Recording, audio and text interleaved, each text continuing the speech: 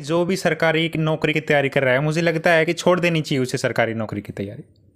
क्योंकि ये सरकार तो फेयर एग्ज़ाम करवाने में असफल रहेगी और आप इसी में अपनी जवानी ख़राब कर देंगे। मतलब इसी को कोई फ़र्क नहीं पड़ेगा इस सरकार को, और फ़र्क आपको पड़ेगा, आपके सपनों को पड़ेगा, आपके परिवार वालों को पड़ेगा, आपके समय की बर्बादी हुई है उसको फ़र्क पड़ेगा, लेकिन इस सरकार को कोई फ़र्क नहीं पड़ेगा। मतलब एक विडंबना की बात है, जिन शिक्षकों का काम पढ़ाने का है वो रामलीला मैदान में बच्चों के लिए प्रोटेस्ट कर रहे हैं कि बच्चों का एग्ज़ाम फेयर तरीके से हो। जो काम सरकार का है उसके लिए आवाज़ शिक्षक उठा रहे हैं, बच्चे उठा रहे हैं, सरकार का इस तरफ कोई ध्यान भी नहीं है।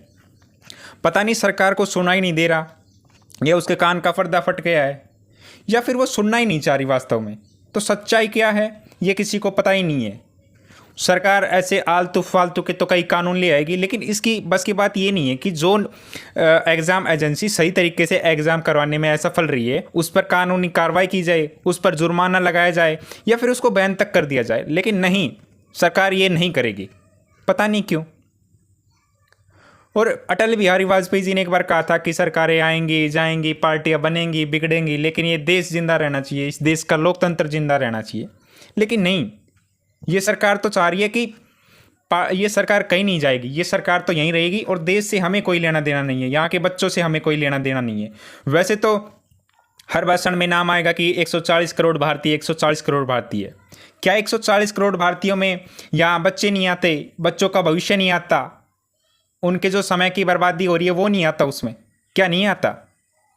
तो ये गौर करने की बात है। सरकार इस तरफ कोई ध्यान ही नहीं दे रही। बच्चे चाह रहे हैं कि उनका एग्ज़ाम फेयर तरीके से नहीं हो रहा, आंसर कीज़ कैसी आ रही है, क्वेश्चन क्या है, आंसर क्या दे रखे हैं, तो बच्चे चूज करें तो क्या करें उसमें। और अभी सौरभ द्विवेदी ने जो एक इंटरव्यू लिया था एसएससी के चेयरमैन का, तो एसएससी के चेयरमैन ने कहा कि भाई जो एग्ज़ाम एजेंसीज को हम पेपर देते हैं और जो क्वेश्चंस गलत कर देती है हम उनसे जुर्माना लेते हैं। भाई आपने तो ले लिया उनसे जुर्माना, लेकिन बच्चों का क्या? जो बच्चे चाह रहे हैं कि एग्ज़ाम सही तरीके से हो, क्वेश्चंस ठीक आए, क्या आप ऐसा नहीं कर सकते कि आपकी एक जांच एजेंसी हो जो एक फेयर तरीके से एग्ज़ाम करवा सके? सरकार चाहे तो कुछ भी कर सकती है, लेकिन आपकी ये मंशा है ही नहीं कि हम कुछ करें भी। वैसे धर्म की राजनीति करना आसान है, क्योंकि लोगों को बेवकूफ़ बनाया जा सकता है। लोग पढ़े लिखे नहीं है, क्योंकि शिक्षा व्यवस्था ही अच्छी नहीं है, और सरकार शिक्षा व्यवस्था में कोई परिवर्तन नहीं करना चाह रही। वो नहीं चाह रही कि शिक्षा तंत्र कोई बदले, उसमें कोई बदलाव हो, क्योंकि उसमें बदलाव हो गया और लोगों ने शिक्षा ग्रहण कर ली तो वो अपने अधिकारों के प्रति जागरूक हो जाएंगे और सरकार के प्रति बगावत कर देंगे। और सरकार ये चाहती नहीं है कि उसके प्रति बगावत हो, वो सत्ता में बने रहना चाहती है। तो सोचकर देखिए, जो बच्चे वास्तविक रूप से तैयारी कर रहे हैं, जो हमारे देश का युवा है, वो किस दर्द से गुजर रहा होगा। जब वो डेली पढ़ता है तो उसे चिंता, स्ट्रेस, डिप्रेशन आदि समस्याओं से जूझना पड़ता है, लेकिन कोई ध्यान नहीं दे रहा इसकी तरफ। तो कोई ध्यान ही नहीं दे रही, सरकार का कोई ध्यान ही नहीं है, वो सुनना ही नहीं चाह रही, उसने अपने कान ही बंद कर लिए।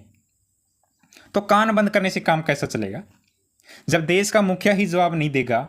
मान लीजिए आपने कोई प्रेस कॉन्फ्रेंस भी नहीं की है, और ठीक है प्रेस कॉन्फ्रेंस ठीक है, लेकिन मान लीजिए कि बच्चों के जो एग्ज़ाम हो रहे हैं इसके प्रति आपने कोई संदेश तक नहीं दिया है कि भाई इसमें कोई गलती हुई है तो हम उसमें सुधार करेंगे। नहीं, आज तक आपका ऐसा कोई संदेश आया ही नहीं है।